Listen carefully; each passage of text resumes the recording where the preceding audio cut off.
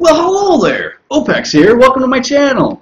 So today I got something that I find very fascinating and I'd love to discuss it with you. It's called the power of intention.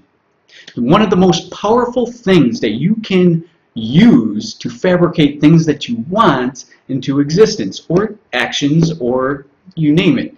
This is a superpower. Once you realize how powerful this is, you're going to realize that, hey, life is so much more fun.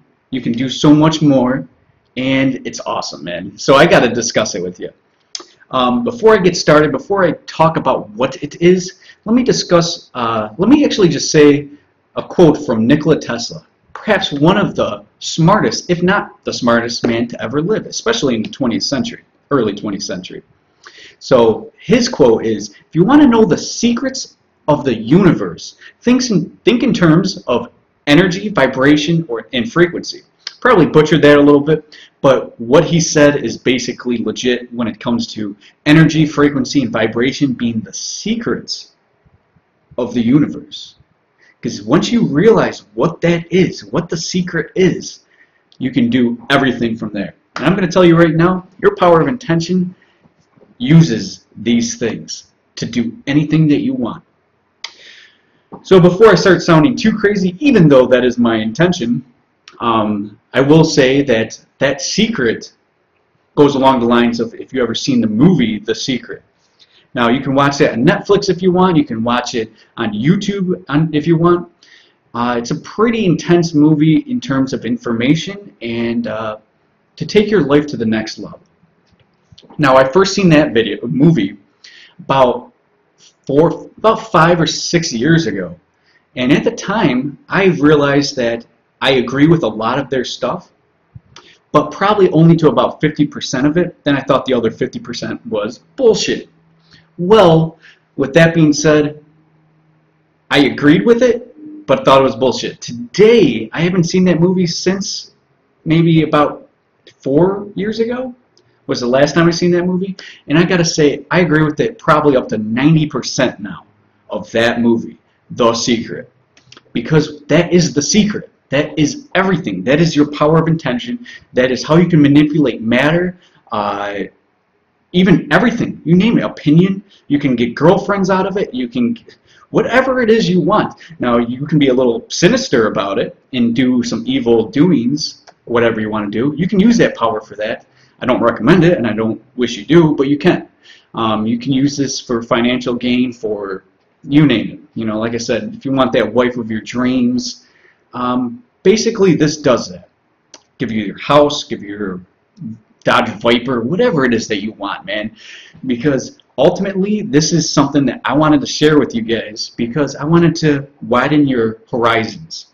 And like I said, this is like a superpower, and you're going to be addicted to using it. Again, I use it on a daily basis. I use this every day. Sometimes I use it in forms of testing other people. I don't want to pass judgment on anyone because we're all of one kind, one consciousness, one love. So, you know, basically if somebody else is slacking, I want to pick them up. And what easier way to do this, and almost like lazy, but I can reach more people through YouTube than I can going to people on the streets and sounding crazy to someone who just came out of Starbucks and only thinking about how their NFL team's doing, or you name it. You know, whatever lower conscious thing that you want to do. And it's cool because I have hobbies too. I play video games. You know, I have my little hobbies. I stopped watching football. Before I get off topic, power of intention. You can do everything from bend spoon with your mind to you name it. So I do have some clips for you to watch. One of them is from The Secret, but it's actually deleted scenes from The Secret. I didn't really want to watch all The Secret again. I mean, I've seen it probably 2 or 3 times years ago. But I did find some deleted scenes, and I did watch it for some reason. And I thought to myself, that's something I can show my viewers as well, to give you more of a why the universe has to respond to your intention. It's almost like the laws of the universe has to respond to your intention. I also got a couple more clips, one from Michael Cremo, who is a writer and Basically, he's a researcher. Probably about 20, 30 years ago, he was doing more active things. But I have a nice clip from him, and I also have a clip from Jim Carrey. And I hope you guys enjoy. I'm going to start with Michael Cremo, but before I get into the video, I have to describe why this is about intention. He's going to discuss something called de-evolution or devolution, basically saying instead of coming from the ground up, like we came from a rock, somehow consciousness came from a rock, that we actually devolved. We were in conscious one unity, and we devolved to become who we are today, which is more or less a de-evolution, where we devolved, man. So he's going to discuss that and discuss why that is, you know, your consciousness is basically being thrown out into the universe through personal intention. Now, your intention can change an evolutionary process. Like, it's that big. I mean, it's everything. Once you realize the power of this thing, man, you'll realize you can do anything. So he discusses on things like that, and then he also discusses, which is more clear to understand about intention, because he says it, you know, plain and simple, black and white, you know, exactly what would happen if, for example, without intention, that you cannot manipulate certain things, but through intention you can manipulate things that were before unable to be altered. But through intention you can alter it how you want, really. And a lot of science is backed up by this, that let's say you're doing an experiment as a scientist, right? And during this experiment, you want it to go a specific way, or you believe or intended to go a certain way. Generally, if you put the intention out there, it will go the way you intended it to be, or believe it to be, more or less. Because through your beliefs changes the world around you. That's your perception. And then your perception can turn into intention. Anyways, before I move on too far about that, I want to show you a little bit about Michael Cremo, and let me know how you like him. He'll talk a little slow at the start, but don't get that twisted. He's doing it so you can understand him a little easier, because what he's going to talk about is actually profound. Very intelligent guy. Hope you guys enjoy watching his video, and then I'll be right back.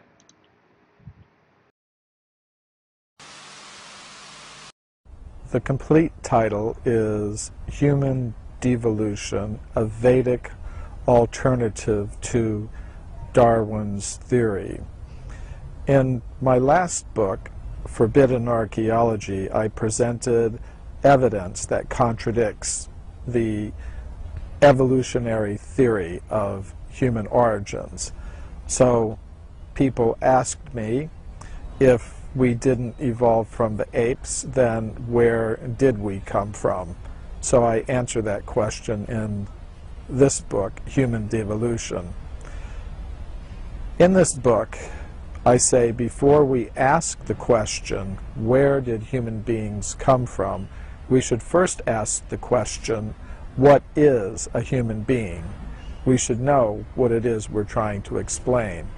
Today, many scientists will say that a human being is simply a combination of the ordinary material elements.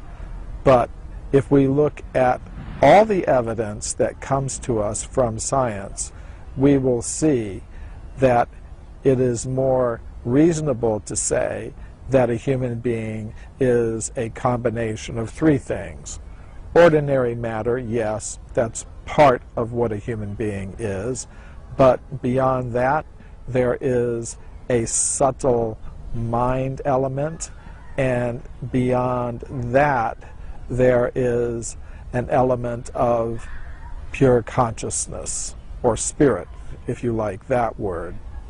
So, a human being is a combination of matter, mind, and consciousness, or spirit. And there is scientific evidence for this. We don't have to speak about the ordinary matter because everyone already accepts that. But what evidence is there for a subtle mind element associated with the human organism that can act on ordinary matter in ways that we can't explain by our current laws of physics? One type of evidence comes from experiments with random number generators. Robert John was head of the engineering department at Princeton University in the United States. He began doing some experiments with these machines. A random number generator is a machine that will generate a random series of zeros and ones. If you let the machines run by themselves, they will generate 50% zeros, 50% ones. But John recruited students from Princeton University to sit in front of these machines. And they were instructed to simply will mentally that the machines, for example, generate more zeros than ones. The experiments have gone on for over 10 years with thousands of trials, and they have found that the students were actually able to do this. They were actually able to influence the machines to generate more zeros than ones or more ones than zeros, simply according to their mental intention. This provides evidence for a subtle mind element associated with the human organism that can act on ordinary matter in ways that we really can't explain by our current laws of physics. Is there any evidence for a conscious self that can exist apart from the body, apart from the mind? There is. It comes from medical reports of out-of-body experiences. There are times when a person should be completely unconscious. For example, during a heart attack, blood stops flowing to the brain. Medical instrumentation shows that the brain waves cease. During such moments, a person should be completely unconscious. However, some people in this condition report separating from their bodies and observing what the doctors and nurses trying to revive them are doing. And these experiments have been duplicated in many countries. Physicians in many countries have noted this phenomenon and have concluded it is genuine. So if we look at all the evidence, we see that it is more reasonable to say that a human being is a combination of matter, mind, and consciousness than to say that a human being is simply a combination of the ordinary material elements. So then, if we want to speak about human origins, we have to explain where all these things came from and how they came together in the human form. So once we accept that a human being is composed of matter, mind, and consciousness, this leads to the idea that we live in a multi-level cosmos, where one level is dominated by ordinary matter and inhabited by beings adapted to the conditions there. That's where we find ourselves now. But beyond that, there is a level of the cosmos dominated by the subtle mental energies and inhabited by beings adapted to the conditions there. Throughout history, people have had different names for such beings. They have called them angels, gods, goddesses, astral beings. There are many names for them. However, beyond that, there is a level of pure consciousness or spirit inhabited by beings adapted to the conditions there. One thing we notice about consciousness, it's individual, it's personal. This suggests that the source of all conscious beings is also individual and personal. It is possible to stay on the level of pure consciousness or spirit, living in harmony with the source of all conscious beings. However, if a conscious self gives up its connection with the source of all conscious beings, it enters into the lower levels of the cosmos. It enters into the regions of mind and matter and becomes covered by those elements. So that is what I mean by devolution. It's the process whereby a conscious self departs from the level of pure consciousness or spirit and enters into the lower regions of the cosmos, becoming covered by the lower elements of mind and matter. So, to put it very simply, we don't evolve up from matter, as many scientists now believe. Rather, we devolve or come down from the level of pure consciousness or spirit. But it is a process that can be reversed. Every great spiritual tradition of the world has some process of meditation, prayer, or yoga, which is meant to help restore the conscious self to its original position, to free it from its coverings of the lower energies. And that is the actual purpose of human life. Did you get that? It's a lot to think about right there, but when you think about it, the power of intention is very strong. That he was talking about that random number generator. Stop moving. Random number generator, and basically 50% ones, 50% zeros. I've heard of cases like this so many times of your intention, especially in experiments, especially anytime, because every time's an experiment once you realize everything's an experiment. Your whole conscious life is an experiment. But once you realize that through every experiment and stuff can be influenced on your intention, how powerful is your freaking intention, man? Your intention's so powerful that you devolved to basically talk amongst one another, because like Cremo said, your consciousness is a very personal experience, a very personable oneness. It's like literally just oneness. I mean, that's what consciousness is.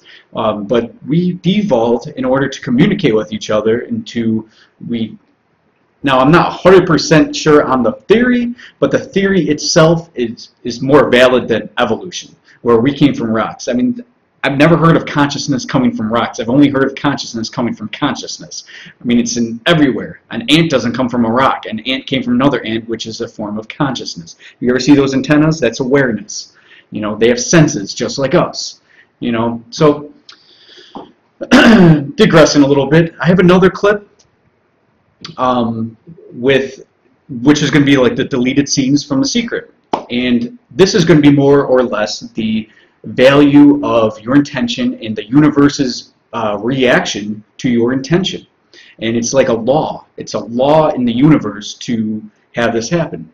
Now, I'd love to just throw you right into it, but before we get into it, let me just explain something real quick.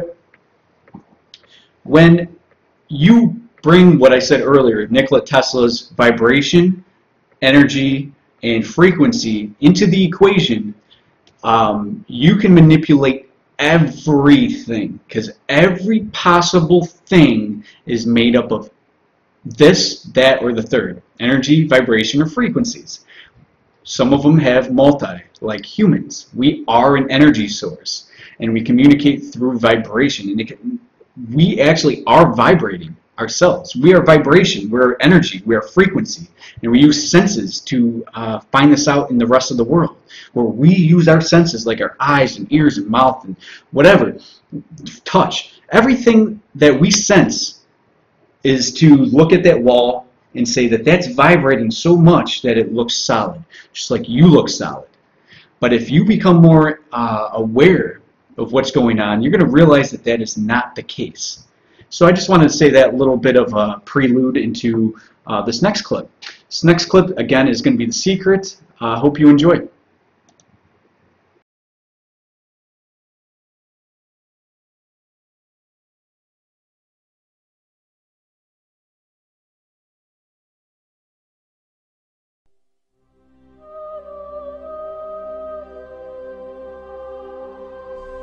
We come forth not to get you to believe anything.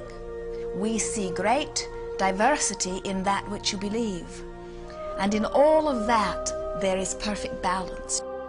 And so we come forth not to alter your beliefs, but to reacquaint you with the eternal laws of the universe. And we are here to express all of that to you in detail. Let's talk a little bit about the nature of desire from, now don't get freaked out, a quantum physics point of view. Oh my God, this is going to talk about physics. I don't want to listen. Relax. You're going to enjoy this.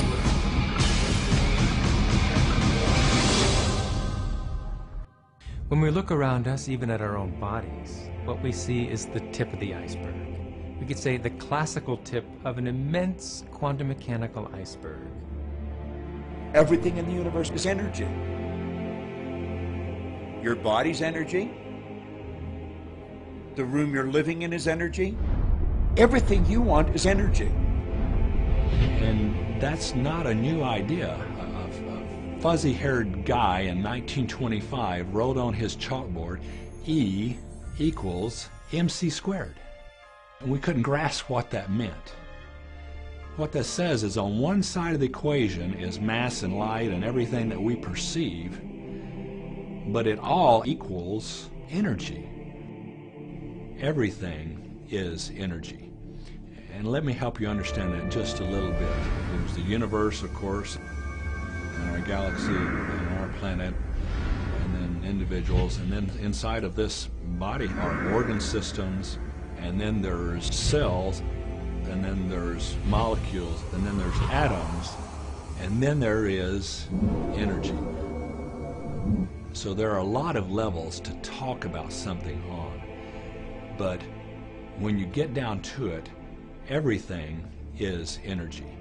There's enough energy sitting in there, in one atom, to do amazing things, to possibly even open up the doorways to lighting an entire city.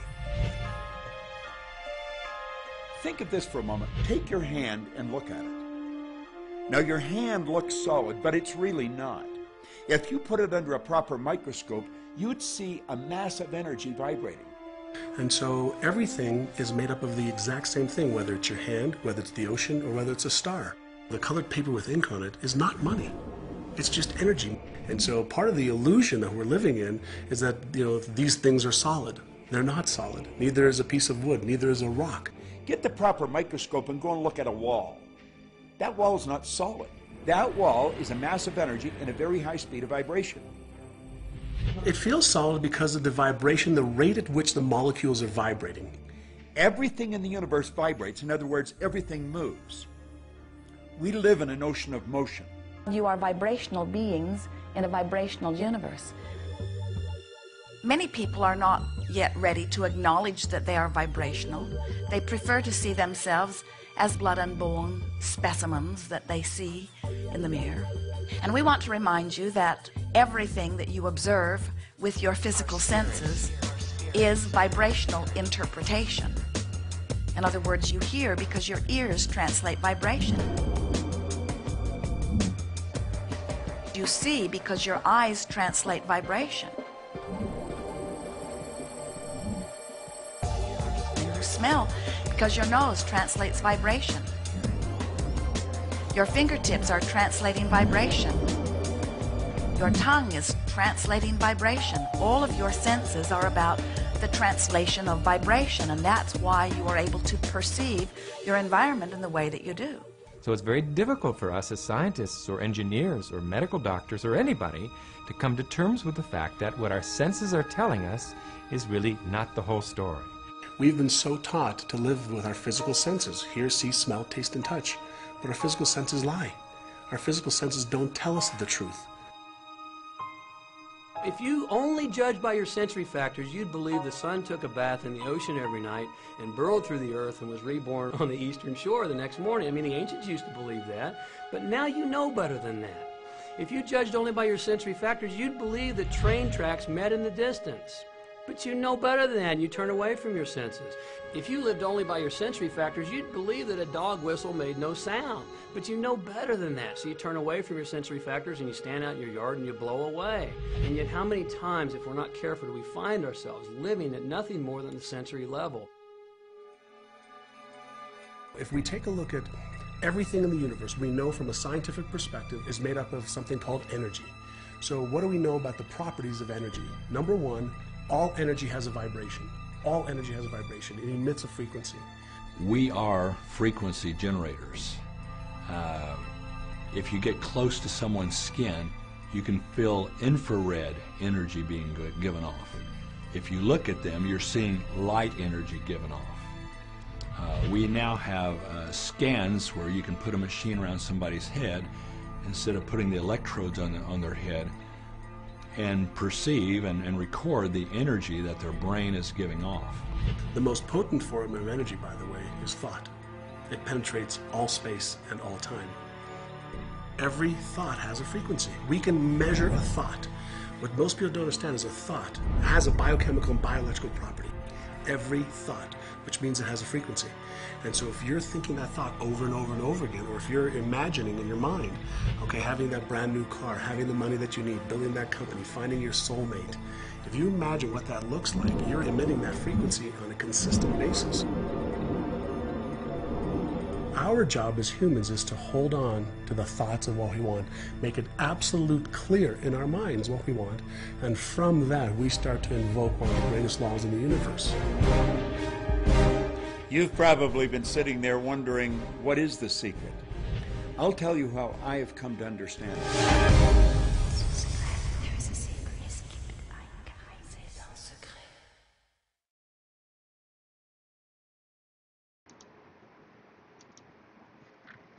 All right, guys, so tell me what you think about that.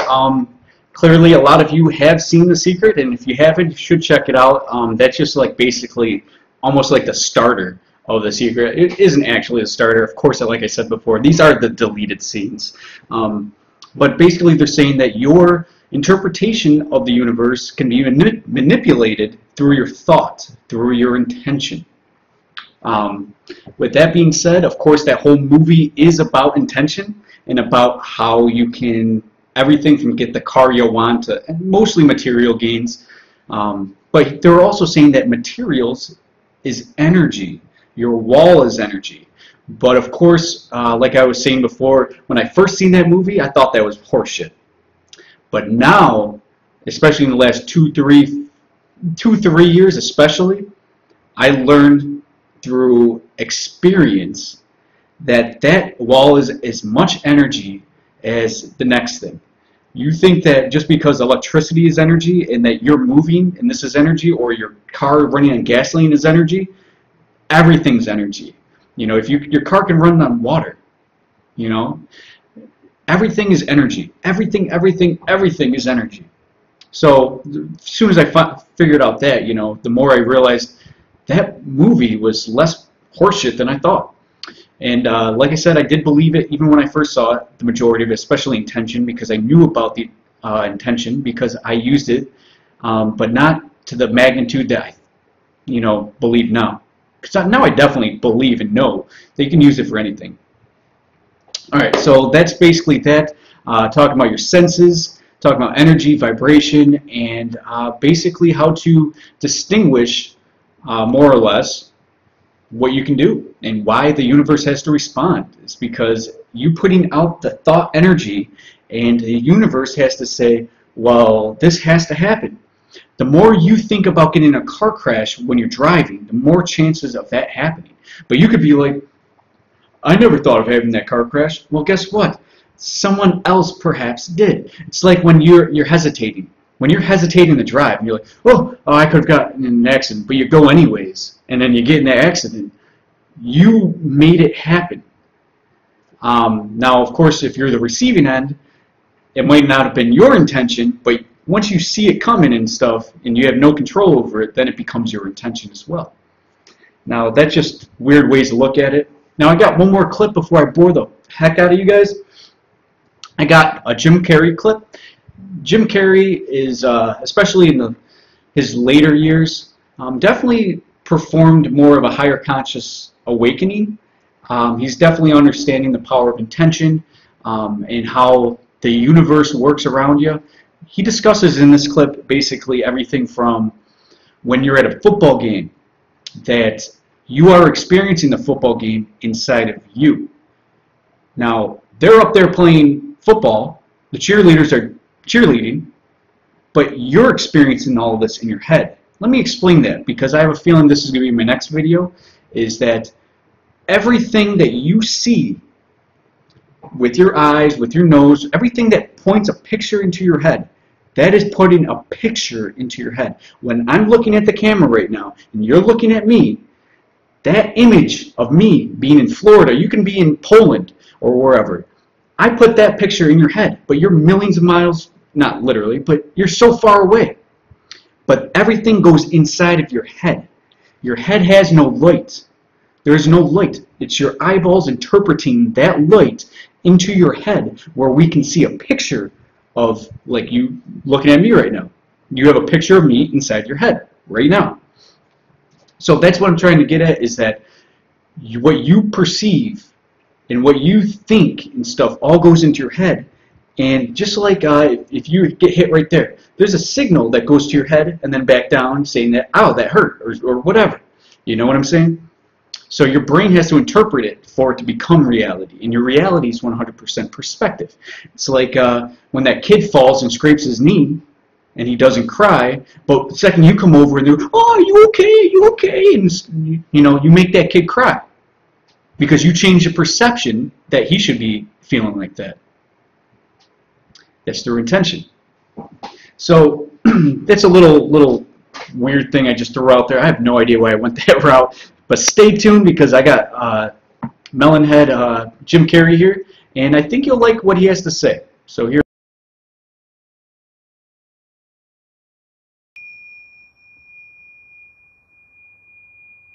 It's our intention. Our intention is everything. Nothing happens on this planet without it. Not one single thing has ever been accomplished without intention. So I started thinking about my life, and I started thinking about this conference and what we're about, and I looked back and I thought, well, I was two people my whole life. I was in the living room entertaining people, being a monkey, you know, doing my thing for the company, and trying to relieve my mother, who was suffering. She had rheumatoid arthritis and phlebitis and everything under the sun that was nagging at her, and she was depressed. And I wanted her to be free, and I wanted her to realize that her life was worth something because she gave birth to someone who was worth something. And then I would go into my room and I would sit with a legal pad. I was a little kid. And I would sit there and I would try to figure out what it meant, what it was all about. Why are we here? What is this? And one day I read something from Buddha that said that all spirituality is about relieving suffering. And I suddenly realized that's what I'm doing in the other room. and I'm aligned. You know, my purpose is aligned with this. So I felt incredibly lucky. I lose sight of that all the time. I get caught up in different concerns and ego concerns. But I'm so lucky to be a part of this community and to do something that is of value. And I really cherish that. And we are all one thing. It really is true. Can I speak to the person in the last row, in the very last seat against the wall? Is there someone back there that can say hello? Hi. What's your name? Andrea, are you aware that, do you have the distinct, palpable feeling that your intention created this evening, as well as Melissa's? Do you understand that all of this entire event is happening inside you?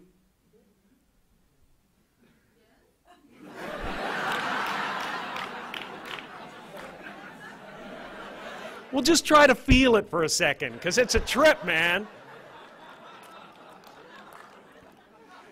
Some people go to the Super Bowl. I am the Super Bowl, man. I swear.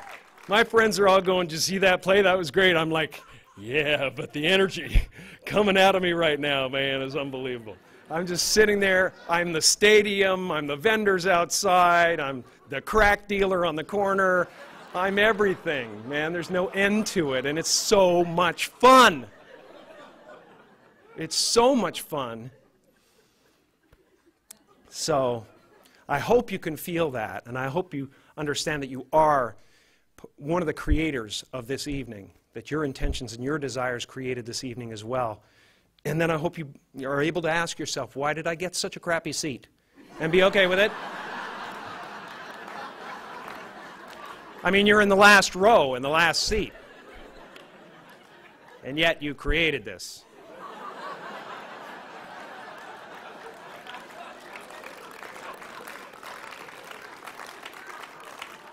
And that's got to be, it's a really selfless thing to do.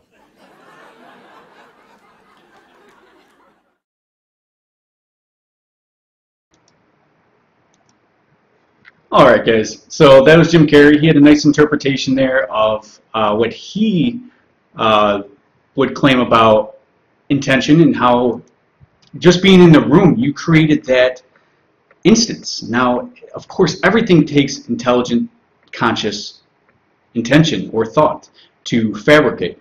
You go into that football game, you're part of the creator of that football game. It's true.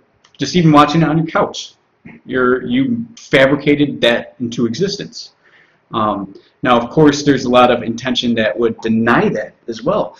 Just with your positive or what you want to desire or intend to happen, there could be somebody out there to intend it back more than you intend it forward, and that cancels it out.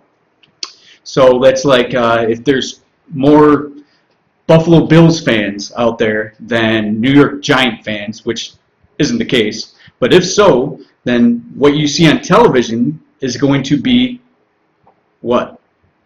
The Bills game, not the Giants game. So that's an idea or a possibility through intention. Jim Carrey is a very smart guy. He's definitely had a conscious awakening as of late. I would say in the last 10 years, even though that video was just from 6 years ago or going on 7. But in the last 10 years, I personally have seen his growth and the way he's coming out. Of course, he'll make some weird things, like if you ever seen that video where he comes out and he goes, watch that video if you haven't, where he basically says, you don't know what this is? This is like the Illuminati. He's going, like, fuck you. Like, and he was doing that, and I thought it was funny, but of course nobody knows who the Illuminati is, right, in show business, so he was kind of making it so, like, hey, this is what it is. I don't agree with them. Fuck them. You know, especially if you're like an actor and you sign your soul over to somebody, because that's basically what you're doing. You see Kanye West and stuff. He'll smile in a video or something, or like then he notices the camera's on him, and he goes, you know, like that. You know, he'll act like he wasn't smiling, but he'll be like biggest smile, like, yeah, look, do you see that bitch's ass? Yeah, and then you'll notice the camera's on.